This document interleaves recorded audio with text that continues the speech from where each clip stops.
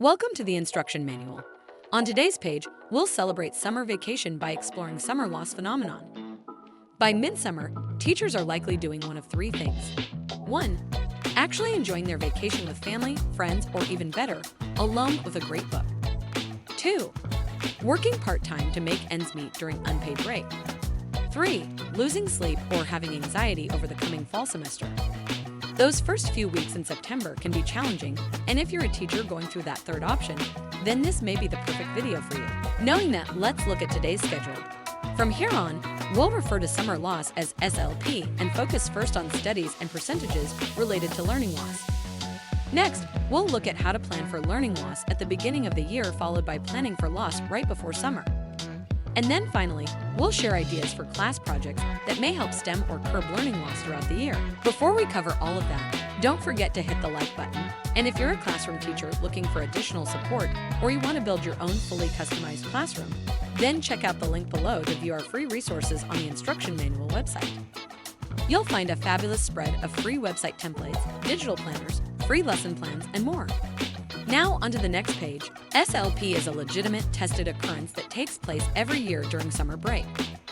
It's been studied for over 100 years, and education experts attest that over half of all students in the U.S. lose a good deal of learning from prior years.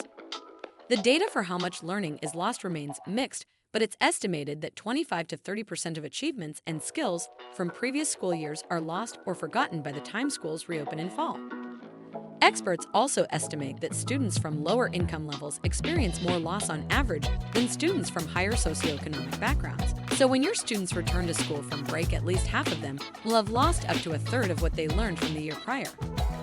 The majority of that loss is comprised of math skills. Math loss has been higher than any other subject since the discovery of SLP in 1906, which is saying something. Math came in at a loss rate of up to 34%, where language arts showed a loss rate of up to 28%. So right now, if you are one of those teachers dreading your return to the classroom, chances are you teach math. You may also teach math at an elementary school. That's because summer loss is at its highest for students between 3rd through 8th grade. Now let's imagine it's the week after Labor Day. I know, breathe, it's okay. We meet our students for the first time and know for certain that over half of them have lost at least a quarter of what they learned last year. If you teach at the elementary level, that loss could include basic math skills especially. This loss will be most visible during the first round of state or district-wide testing. The good news is that since SLP has existed for over a century, your school and district admin are expecting an overall dip in test scores during fall.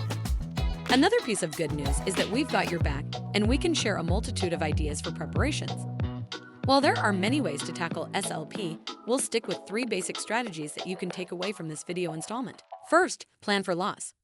Before the start of the year, we can make sure to build a remedial unit that covers at least a quarter of content from the prior year. So if you teach 3rd grade math, you will want to include a unit that covers at least the last quarter of 2nd grade math content. A remedial or review unit in your classroom is like buying an insurance policy. No one wants to invest in it, but you know it's better to have it and not need it. With SLP, you're buying that insurance that you know you will need for at least half of your students coming back from summer. But then there are your students who show little to no evidence of learning loss. Should you commit these students to a review process as well? How far back do you go with your review content without losing too much time away from grade level content? You can effectively use your remedial unit by implementing our self-motivated curriculum for both populations in your classroom. You can find more information about self-motivated curriculum on our Patreon site. This model lets you start the curriculum without committing all of your students to review content. You start the year with a map of 3 starter units, 1 for remedial, 1 for grade level, and 1 for advanced level students. At the beginning of your school year, your students would start here with the first assignment of your grade level unit. Set your completion rubric to about 75% to pass, or even just pass or fail. Let your students perform the first assignment. Passing students move on through grade level content, and about half or more of the remaining students can start through the remedial unit if they earn less than 75% or fail the first assignment. Just for context, failing is not really failing in the self-motivated model.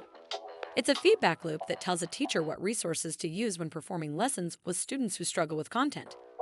But what if you don't want to commit half of your class to an entire review unit? Splitting a classroom population may be unfeasible if you don't have available assistance or support programs. The solution is to embed easy review content into grade-level material. Set up games in your classroom as part of your skill-building curriculum or as daily projects for students to interact with. Games are a great way to get elementary and even older kids to recall basic skills. We will never not recommend Monopoly, but games that build math skills are plentiful. Games for reading are out there as well. You've got Mad Libs, Pokemon, and Werewolf, which are great for including expositional texts.